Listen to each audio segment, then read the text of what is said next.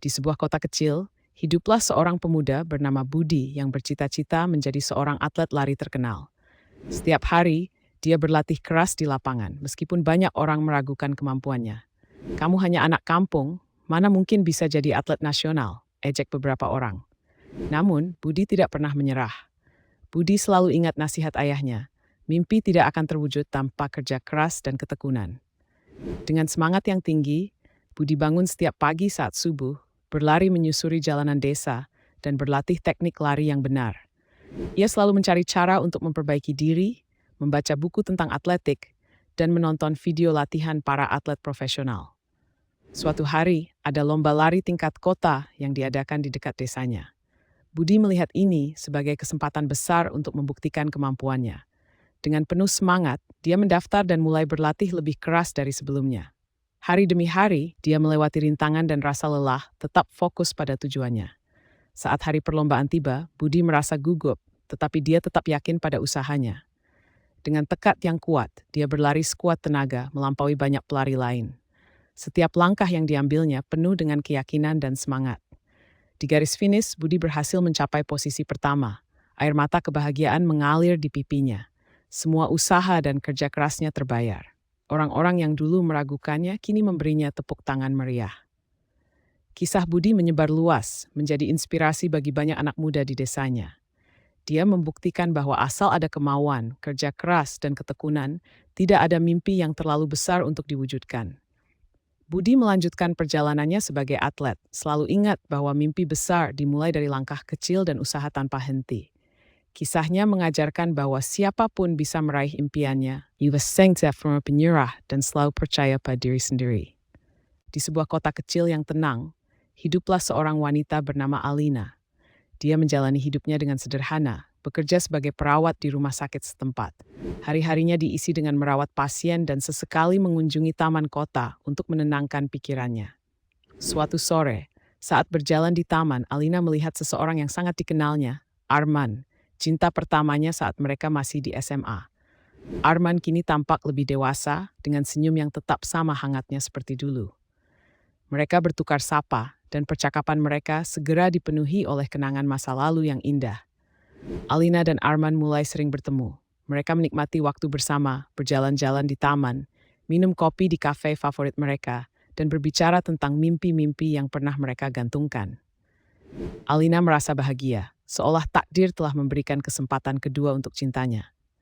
Namun kebahagiaan itu tak berlangsung lama. Suatu hari, Alina mendapati Arman di rumah sakit tempatnya bekerja. Arman terlihat lemah dan pucat. Dengan hati-hati, Arman menceritakan bahwa dia mengidap penyakit kanker stadium akhir. Waktu yang dimiliki Arman sangat terbatas. Berita itu menghancurkan hati Alina. Namun dia memutuskan untuk tetap berada di samping Arman, memberikan dukungan dan cinta yang tulus. Mereka menghabiskan setiap momen bersama, menghargai setiap detik yang tersisa. Arman tetap berusaha kuat, meskipun rasa sakit seringkali menyiksanya.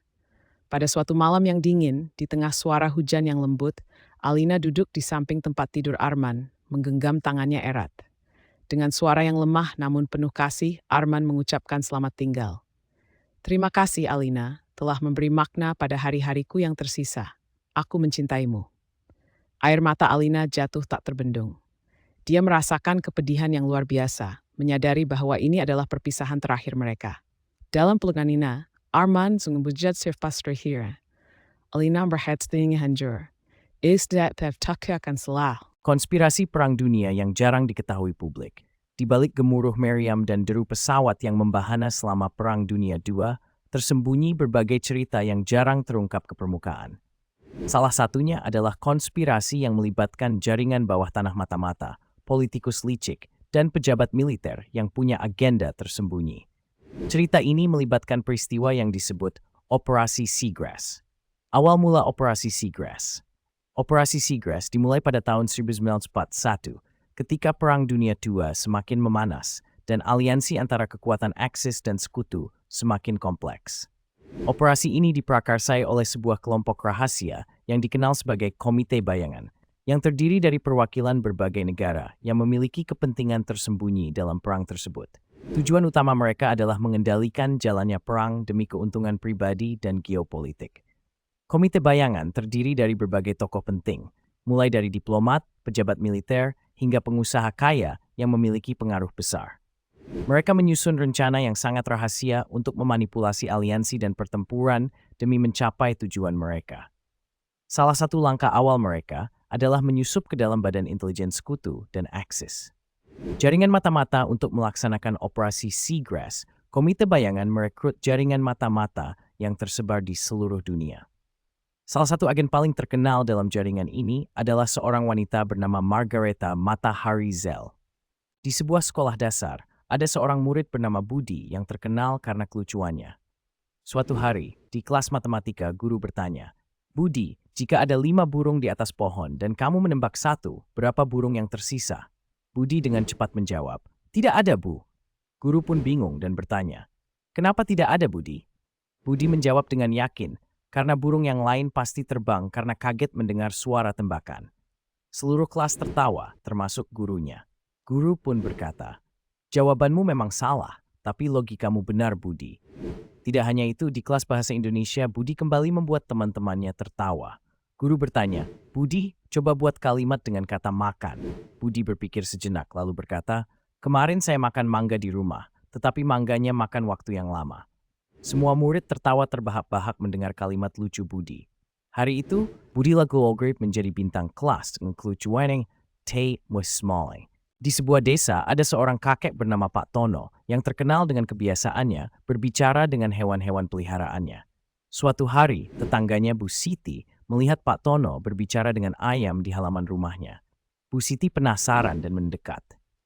"Pak Tono, kenapa Bapak ngobrol sama ayam?" Pak Tono menjawab, "Oh, saya sedang minta ayam-ayam ini untuk bertelur lebih banyak." Bu Siti tertawa dan berkata, "Pak Tono, ayam-ayam itu kan nggak bisa mengerti omongan kita." Pak Tono tersenyum dan berkata, "Bu Siti, justru ayam-ayam ini yang pintar. Mereka bilang, kalau saya kasih mereka makanan lebih enak, mereka akan bertelur lebih banyak." Bu Siti semakin tertawa dan berkata, "Pak Tono, ayam-ayam itu memang pintar. Mereka tahu cara minta makanan enak." Mereka berdua tertawa bersama, dan Pak Tono memutuskan untuk memberi ayam-ayamnya makanan yang lebih enak sambil berharap ayam-ayam itu menepati janji mereka. Suatu hari, Pak Budi pergi ke pasar untuk membeli ayam.